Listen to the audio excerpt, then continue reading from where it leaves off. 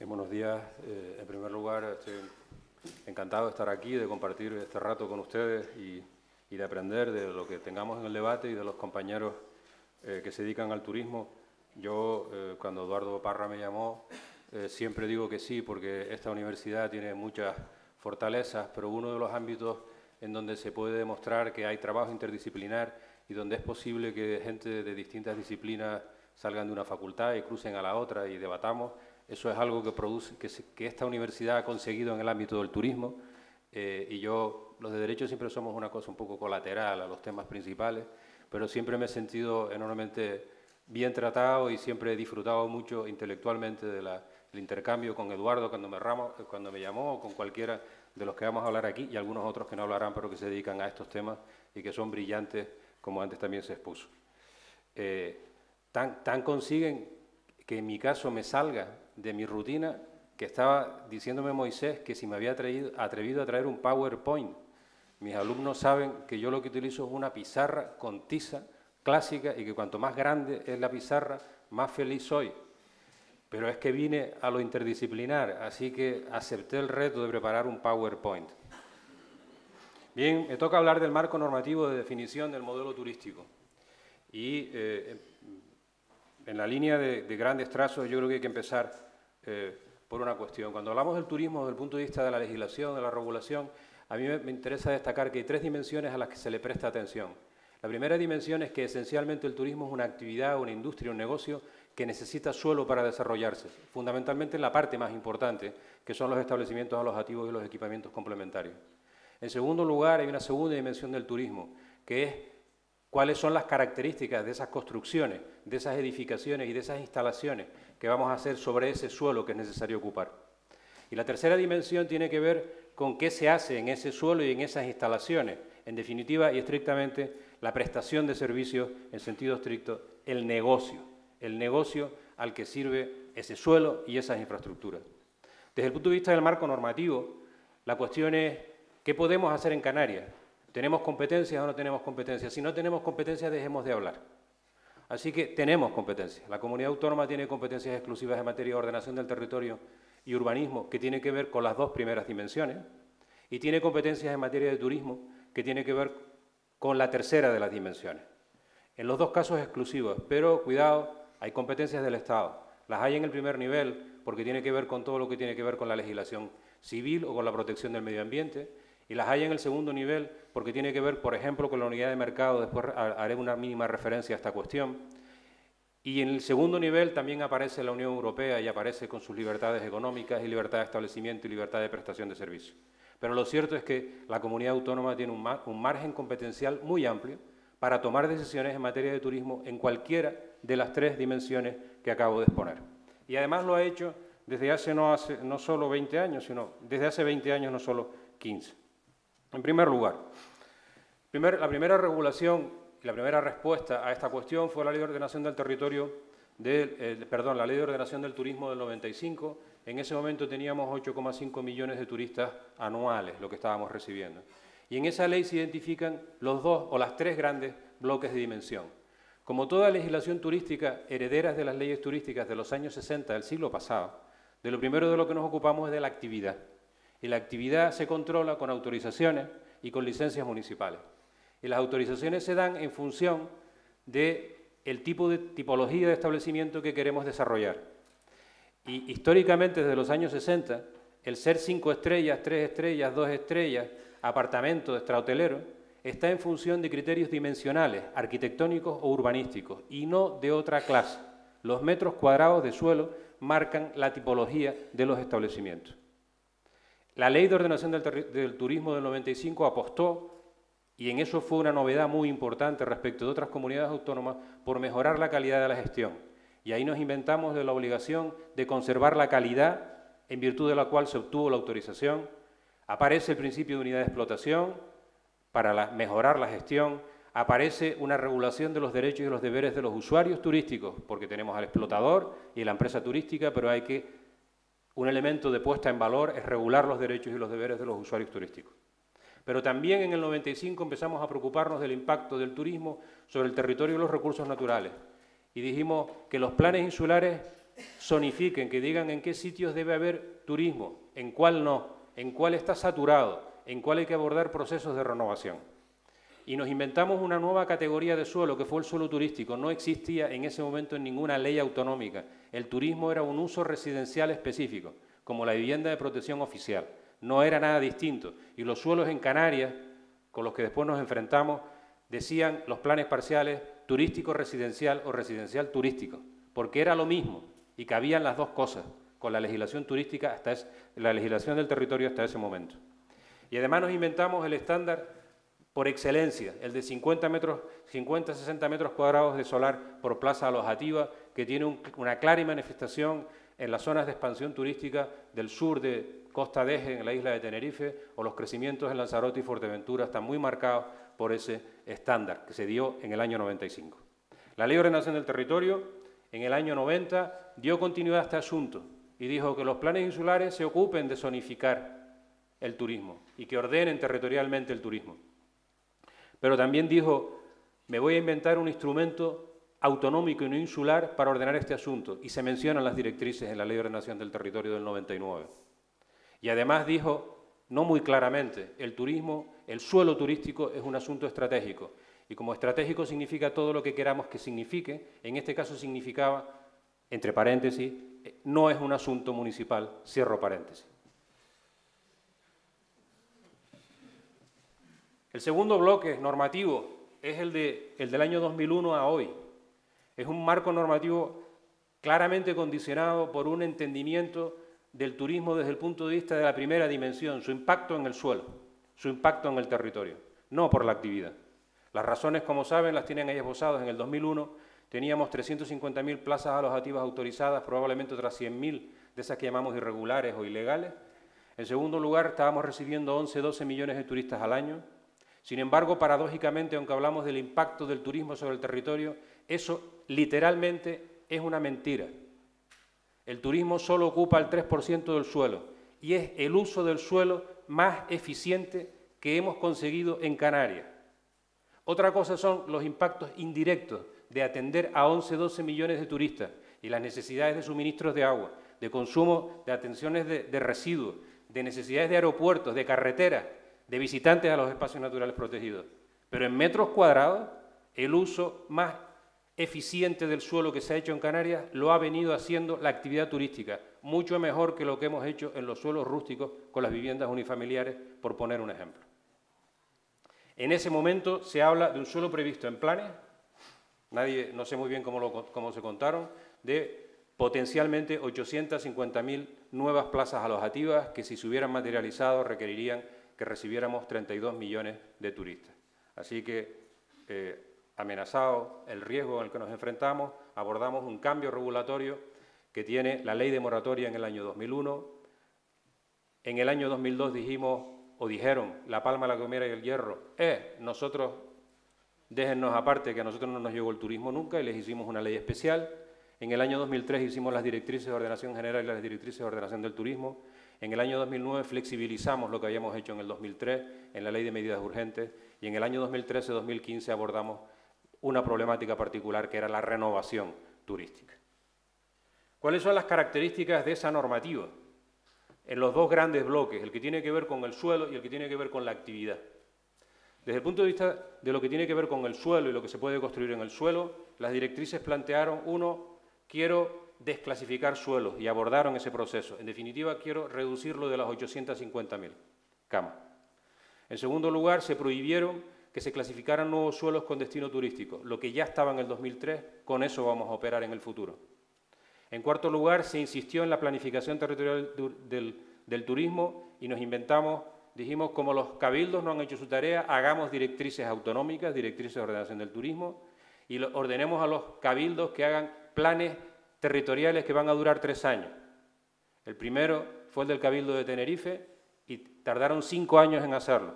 Cuando salió ya no se correspondía con el trienio. Y hay planes territoriales especiales de ordenación turística que todavía están pendientes respecto del año 2003. Y dijimos todo el mundo que se adapte, que es una cosa fantástica. Y después se abordó el problema de la recuperación de la ciudad turística y copiamos de las Islas Baleares el modelo de usted de baja plaza y construya nuevas y yo se las multiplico. que es un poco incoherente con el modelo de contención. Y además abordamos el problema de el turismo debería zonificarse y especializarse determinadas zonas del territorio en la actividad turística y, por tanto, vamos a ver cómo conseguimos o compatibilizar lo turístico y lo residencial, o, entre paréntesis, eliminar lo residencial de las zonas turísticas. Cierro paréntesis.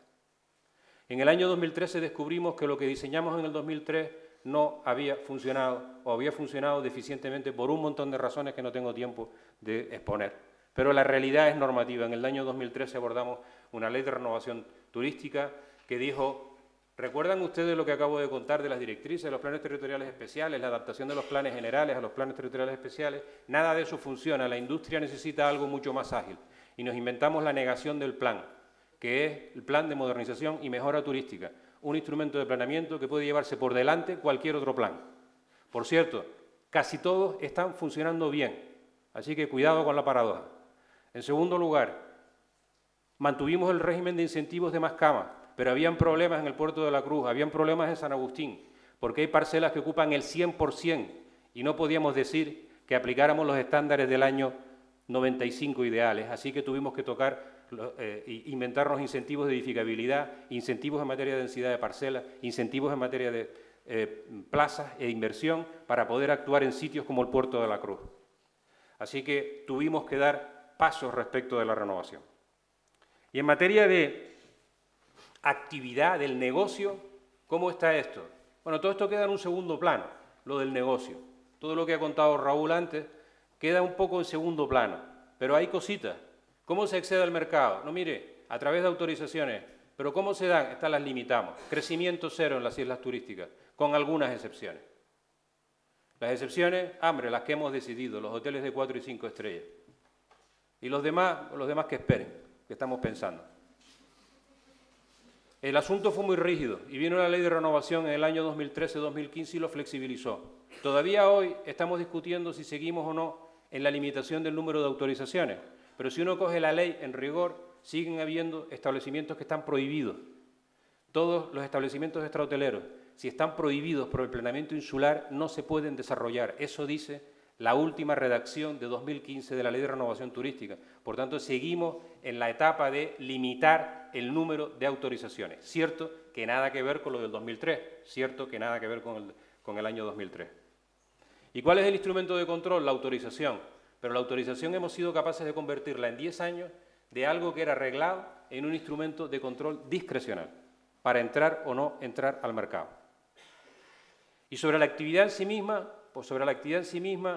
sobre el negocio, la unidad de explotación ha tropezado con lo que ha tropezado, como saben los especialistas, y los programas de obligación de conservación de la calidad los suprimimos en el año 2014. ¿Hay que cambiar el modelo?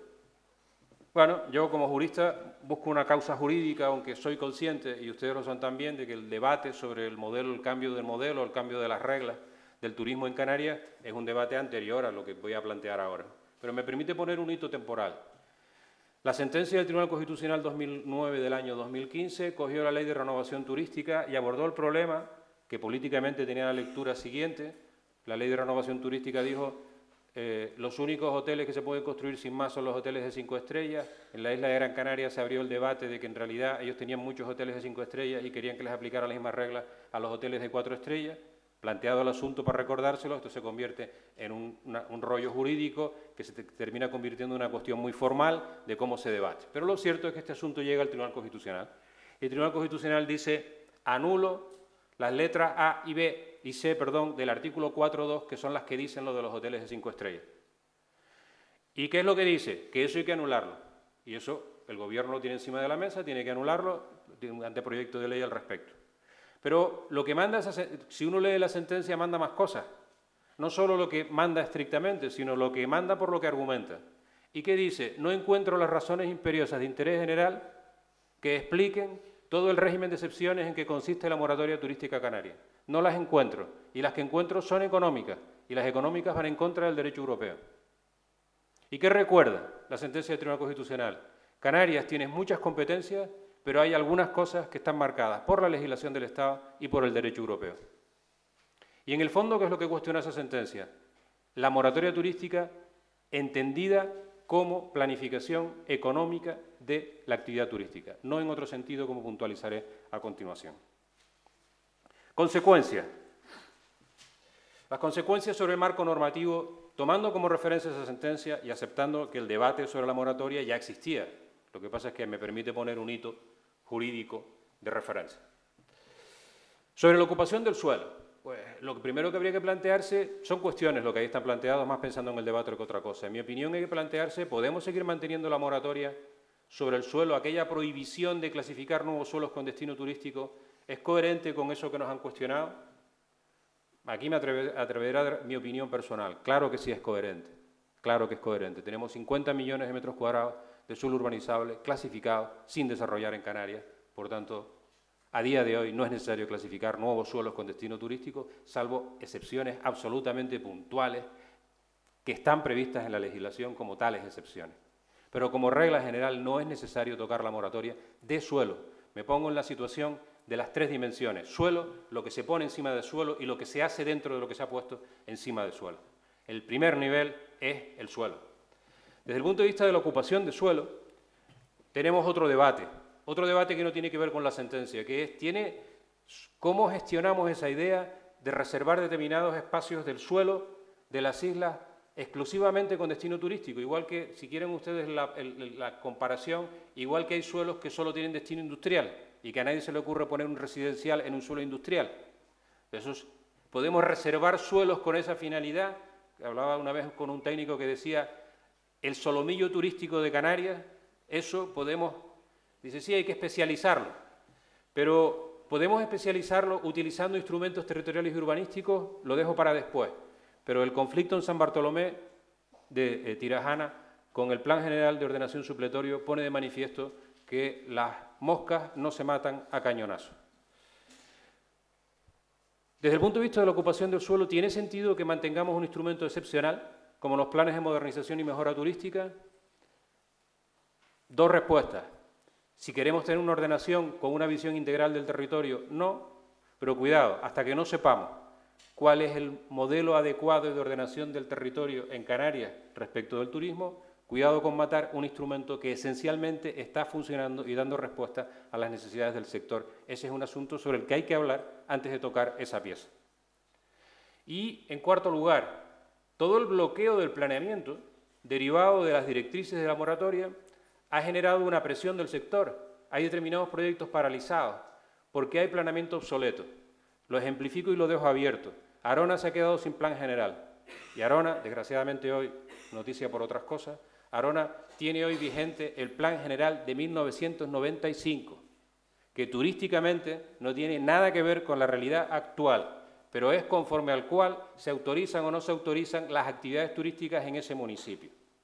Bien. Hay que buscar un mecanismo para viabilizar determinadas actuaciones que hoy están encima de la mesa, o esperamos los 12 años que tardamos en hacer un plan general de ordenación en nuestra comunidad para arreglar el futuro turístico de Arona. Son 9, esta es la octava y la 9 acabo. El impacto sobre el negocio. Pues esto es distinto, no es el suelo. Ahora me pongo en la construcción y en el uso del suelo. ¿Es válido mantener la moratoria en el acceso al mercado, en hacer cosas sobre ese suelo? ¿Tiene sentido que sean los planes territoriales y urbanísticos no solo los que digan dónde se puede no edificar, sino qué se puede edificar en el suelo apto para edificar? ¿En eso consiste la moratoria de actividad? Mi opinión es que no, que eso no tiene sentido y que el criterio del Tribunal Constitucional está cuestionando que la Administración diga que aquí se puede edificar, pero que yo soy más listo que el sector y digo que el hotel tiene que ser de 5 estrellas y que además tiene que tener unas dimensiones urbanísticas determinadas. Estoy en la segunda dimensión del asunto. Ahora, ¿levantamos la moratoria sin más? Ese es otro debate, porque igual nos encontramos con 200.000 camas latentes que se quieren desarrollar. ¿Habrá que vincular las nuevas autorizaciones a criterios de coeficiencia o ambientales? Sí. Pero cuidado, no sabemos cuáles son. Lo único que sabemos es lo que aprendimos en los años 60. Damos las autorizaciones por criterios dimensionales, arquitectónicos o urbanísticos. Más metros cuadrados dicen que es más calidad. Y el mundo que nos han apuntado antes y que nos apuntarán hoy parece que va por otro sentido. Ese esfuerzo habría que hacerlo. Y en tercer lugar, levantar la moratoria tiene un problema. Igual se lleva por delante los procesos de renovación, porque siempre es más barato y menos costoso construir nuevo que renovar. Así que habrá que replantearse si los incentivos fiscales, económicos y jurídicos deben de reconducirse única y exclusivamente a los procesos de renovación y olvidarnos de hacer ayudas fiscales o económicas a quien hace nuevo establecimiento y reconducir el esfuerzo público a los procesos de renovación. Apunte final. 4 ideas, creo que, no sé si me he pasado algún minuto, pero 4 ideas solo casi a modo de reflexión final. Desde el año 2001, la regulación del modelo turístico en Canarias ha estado condicionada por una aproximación parcial al negocio turístico, que es mirar el suelo que se ocupa. Y eso lo ha condicionado todo. En segundo lugar, ¿necesitamos cambiar? Sí, como mínimo, porque la sentencia del Tribunal Constitucional está cuestionando la planificación económica, la utilización de instrumentos territoriales y urbanísticos para encubrir planificación económica en un mercado que es abierto. En tercer lugar, la regulación debería superar y volver a ocuparse de lo que se ocupó también en el 95. Hay que ocuparse de la primera dimensión, qué suelo podemos ocupar. Hay que ocuparse de la segunda, qué se construye. Pero que hay que ocuparse intensamente de la tercera, cuál es el negocio. Y de eso nos olvidamos desde el año 2001 a hoy. Estaba en la ley del 95. No vale el 95, han pasado 20 años, pero estaba esa tercera dimensión. Y de eso hay que ocuparse. Y a efectos del debate, como verán, la última reflexión, desde el punto de vista del derecho no es posible hablar de modelos. Este es un mercado en libre competencia. Lo que se podrá hablar será de un mercado regulado y se podrá hablar de reglas. Pero el partido no lo juega la administración ni los poderes públicos. El partido lo juegan las empresas que operan en ese sector. Y nada más. Muchas gracias.